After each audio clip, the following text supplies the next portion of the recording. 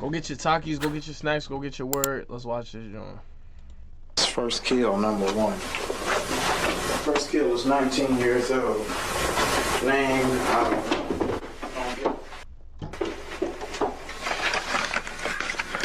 first kill was nice. Hello, Cassie. I'm getting you on tape, okay? Say hi, please. Hi. Cassie, this is not a fucking joke. I'm shaking. I stabbed her in the throat and I saw her lifeless body. Dude, I just killed Cassie. These are moments when criminals vlog their own crimes. Let's begin with two 16-year-old high schoolers who made an entire documentary about murdering their fellow classmates. We're not going not to get caught, Brian. If we're going for guns, we're just gonna end it. We're just gonna grab the guns and get out of there, kill everybody and leave. We're going to make history. We're gonna make history. For all you FBI agents watching this,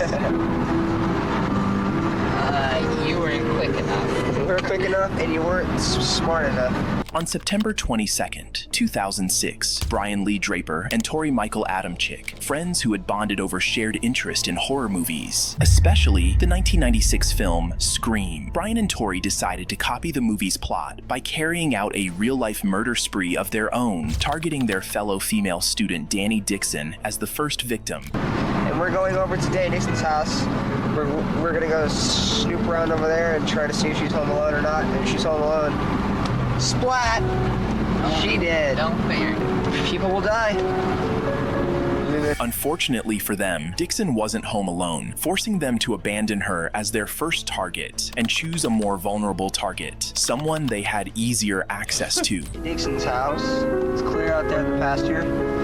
We've already snooped around her house a couple times. She's not home, so we're gonna go to the church over there and we're gonna call a girl and a guy named Cassie and Matt. They're our friends, but we have to make sacrifices, so I feel tonight it is the night and I feel really weird, inside my stomach and stuff, and I feel like I want to kill somebody. You feel like you want to kill somebody? What the fuck is he talking about? What is he talking about? I just feel like I want to kill somebody.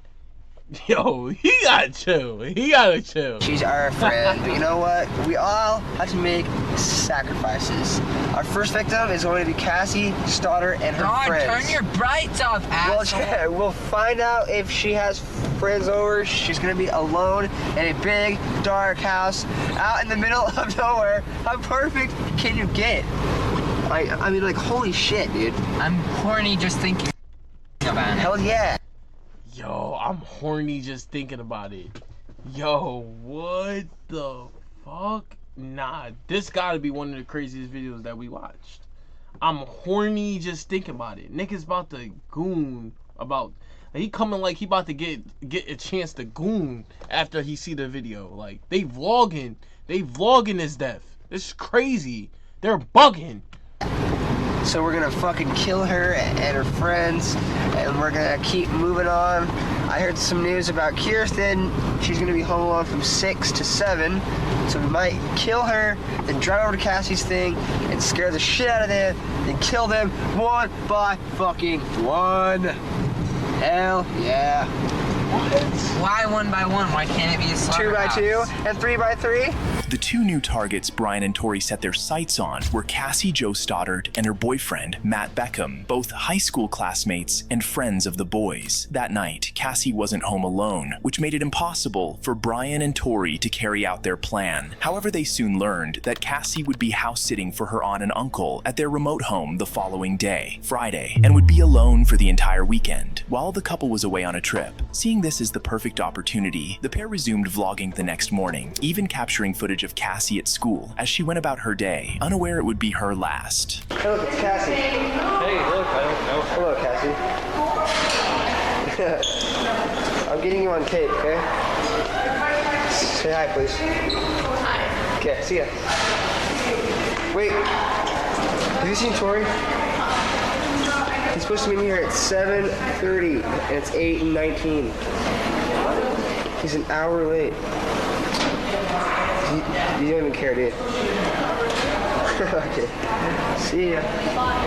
Brian and Tori managed to trick their way into getting an invitation to watch a movie with Cassie and her boyfriend Matt at the house she was watching, which conveniently aligned with their evil plan. They accepted the offer, then went to the school library, where they further discussed and wrote down the details of how they intended to execute this plan. We're supposed to happen tonight, so hopefully. These niggas is having a studying session on how they about to murder. Nah, they are bugging. This is what happens when you don't get no ass, gang. I'm trying to tell you, bro. You start just doing shit, cause come on, bro. What are they doing? How did you go wrong? My dad was waiting for accident tonight. She's watching us. I'm still watching this. I'm sorry. I'm sorry, Cassie's family, but she had number one. We have to stick with the plan. And she's perfect, so she's gonna die. Anyway, we're stopping Kirsten Barnes' house, probably. And then we have a new victim now. Her name is Miranda Khan. She started sleeping, so she told me to be quiet and to shut up, so now she's dead. I've always wanted to make a mark on the world and stuff. And this is a good way to do it. That night, Brian and Tori arrived at Cassie's aunt's house under the pretense of watching a movie. Before settling in, Cassie and Matt showed them around, and during the tour, Brian and Tori left the basement door open so they could return later to carry out their evil plan. Then, just as the movie was about to begin, they changed their minds, claiming they'd rather see the movie at the theaters. They then left, only to return later that night to execute their evil plan. We're here in his car. The time is 9:50, September 22nd, 2006.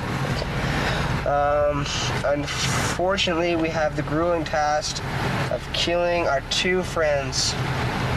And they are right in that house just down the street.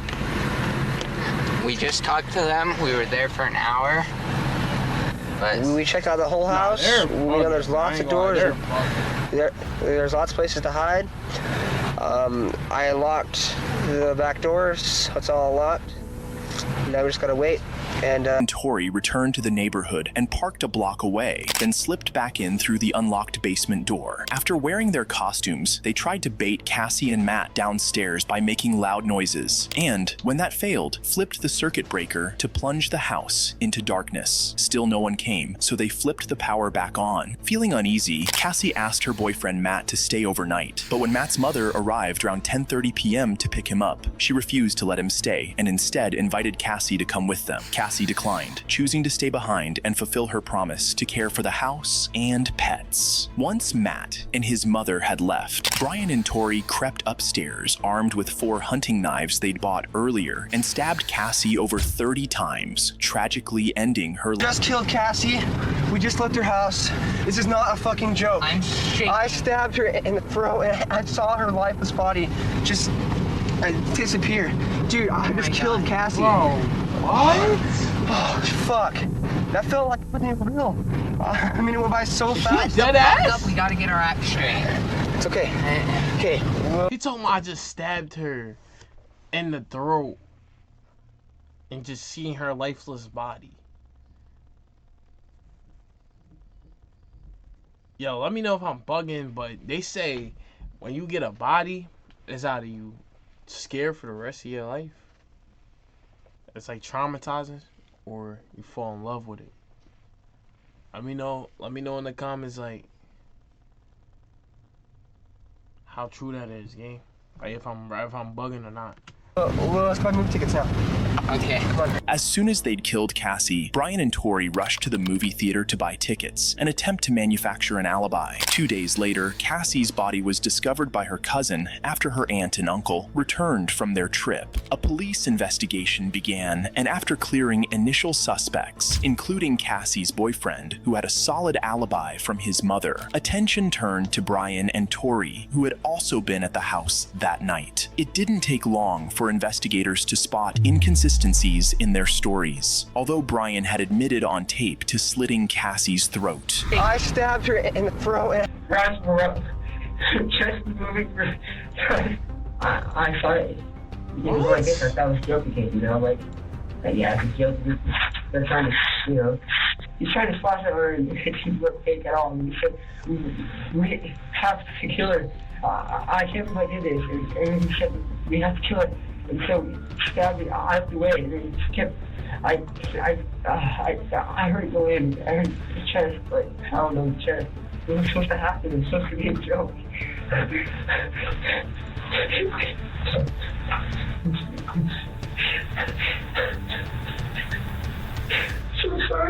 By pitting Brian and Tori against each other, detectives secured confessions, recovered the murder weapons, and even restored their destroyed tape. Both Brian Draper and Tori Adamczyk were charged with first-degree murder, found guilty, and sentenced to life in prison without the possibility of parole.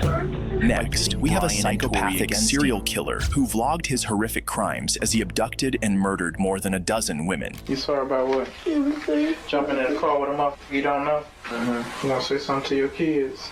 Mom, sorry. This is first kill, number one. First kill was 19 years old. Between May and October 2001, more than 4 women were reported missing and later found strangled to death along various roadways in the Ferguson area of St. Louis, Missouri. Strangled to death? It's that deep, man. What do people be so mad about that you gotta strangle your wife to death about, bro? Like, that shit is insane to me, bro. You would never, like, I would never be, like, that stressed to the point where I gotta, like, take it out on a woman, you feel me? Because women is dumb. Obviously, they gonna do dumb things. They gonna do things that you don't like, but, nigga, death about, come on. like, you ain't made my fucking breakfast. Like, yeah, come on, gang. Like, you're wildin'. Disturbing detail connected all the victims. They were all sex workers. As the investigation continued, police realized the number of victims were as high as 12. This prompted a St. Louis news reporter to publish a story featuring one of the victims in the newspaper. Like many serial killers who crave public recognition, the killer, 37-year-old Maury Troy Travis, a hotel waiter and convicted felon on probation, sent a letter to the reporter taking credit for the murders. He included a map with an X marking the location of another body in the letter. When authorities found a body exactly where he indicated, they launched a manhunt. They began tracing the source of the map he had used. Investigators subpoenaed the map service provider and obtained the IP address tied to Travis's computer. That led them straight to him. After his arrest, his fingerprints matched those found on several of the victims. His ultimate undoing came when police discovered vlogged videos of him committing the brutal crimes, along with evidence in his torture room basement beneath his home. Say it clear. You want the master. It pleases me to serve you. You are the master. It pleases me to serve you. Stop what? You are the master. It pleases me to serve you. And you sit your ass down like I said. What? You sorry? Yes, You sorry about what? everything. Jumping in the car with a motherfucker you don't know? Yes, You sorry? yes. You gonna say something to your kids? Mama, sorry. Who raising your kids? Me and my mom and dad. You ain't raising shit. You on here in your back smoking crack. Because you ain't going home tomorrow. I'm gonna keep you about a week. This is first kill, number one. First kill was 19 years old. Name,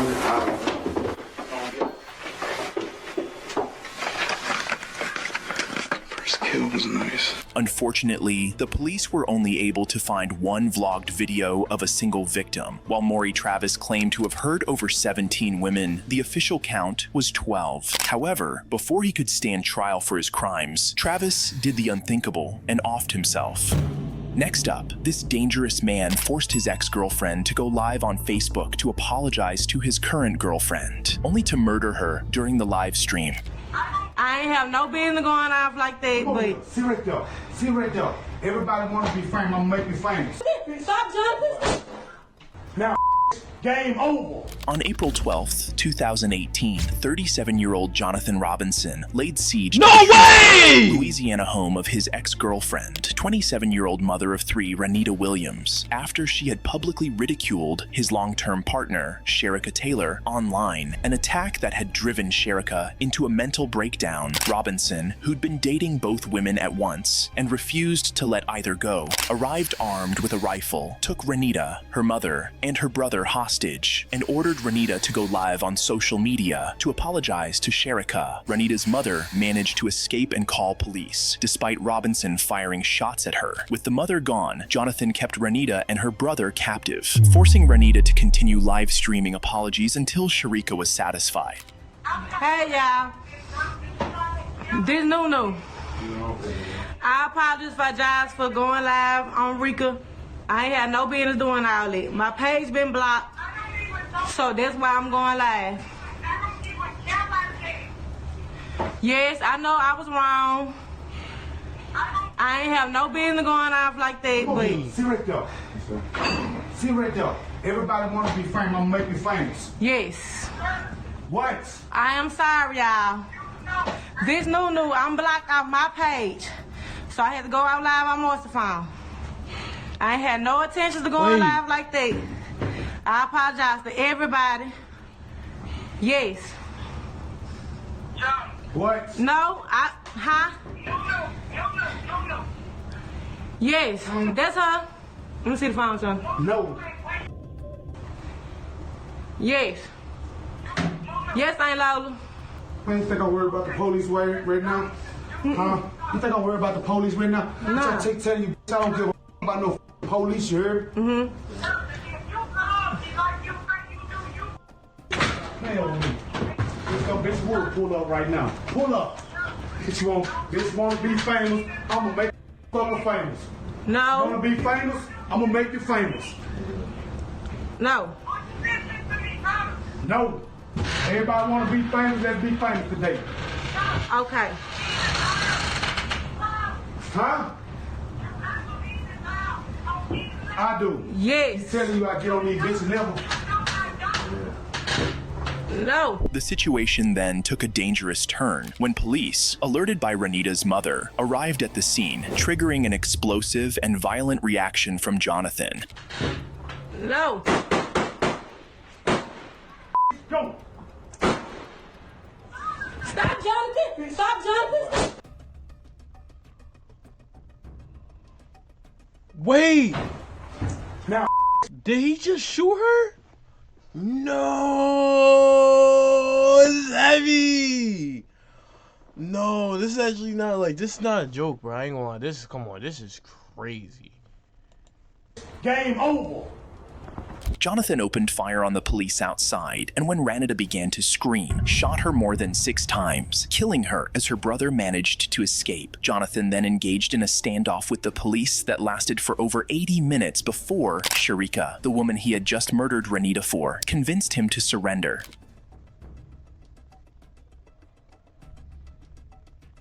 To the detective office, the top lodge. And, Wait. He really did that? And in a scene that would leave anyone shocked, officers then allowed Jonathan, who had just murdered a mother of 3, to share an intimate moment with Sherika, the woman he killed for, after she had arrived to the scene.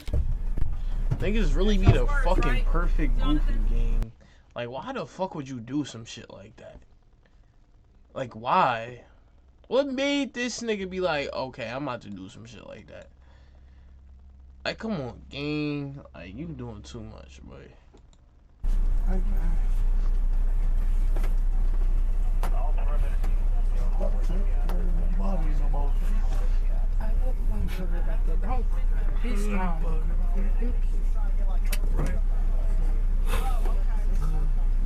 Talking about be strong. Bro, yo, females really don't give a fuck about you, gang. There's no way she could just kiss this nigga and talk about be strong, bro. This shit's crazy, bro. That nigga's done. I wouldn't be surprised he get the death penalty. Nigga, that shit's crazy.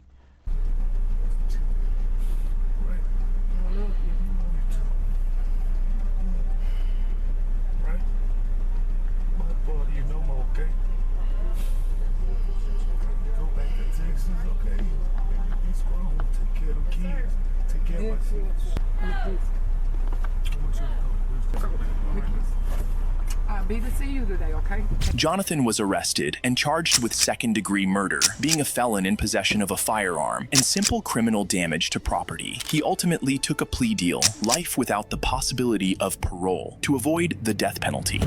Up next, this man vlogged his plans, actions, and escape as he executed his wife and daughter, and then set their house ablaze with them inside. I just feel like I'm getting knocked back every time. Financially, my wife is just gonna suck all the money out that I have. On April 22nd, 2012, King County Sheriff's deputies and the fire department rushed to the burning home of 41-year-old Peter Keller, his wife Lynette, also 41, and their 18-year-old daughter Kayleen in North Bend, Washington, after several neighbors reported the house was on fire. Firefighters quickly extinguished the flames before significant damage occurred, but what they found inside was shocking. The bodies of Lynette and Kayleen, both shot to death in their beds. Peter was nowhere to be found, leading authorities to initially suspect he might have been a victim or abducted. That changed when investigators discovered tapes, computer files, and drawings soaked in gasoline, suggesting an attempt to destroy evidence in the fire. The tapes revealed that Peter was not a victim at all, but the killer. He had murdered his wife and daughter, planned to burn down the house, and filmed his entire scheme. The tapes also revealed a hideout Peter had prepared in the woods, giving authorities their first clue as to where they might begin searching for him. This is something I wanted to do probably since I was a teenager. What? Yo, I ain't gonna lie, you gotta watch out for certain niggas, gang. That's why I don't be trying. I don't be trying to get no nigga fast hard, boy. Cause no way he talking about I've been thinking about this shit ever since I was a teenager. And people probably wouldn't have known until now. To make a home underground somewhere so I didn't have to live around people. It's just now I have the means, I'm able to actually pay for it. I've spent a lot of money on this so far, thousands of dollars. I just feel like I'm getting knocked back every time financially. My wife is just gonna suck all the money out that I have. At this point, I don't know what's gonna happen. I may get caught right away. I mean, I could basically be dead in 2 weeks or 3 weeks. I don't know. It's all up to chance at this point. So I don't think anyone knows where I'm at. Well, it's about 2 weeks before the end. This is gonna be my last video. Using the detailed drawings and video recordings Peter had made over several months documenting the construction of his bunker, police were eventually able to track him down. The moment Peter realized he had been found, he turned the gun on himself and did the unthinkable. Thank you for watching. Please like and subscribe and watch. But I ain't gonna lie.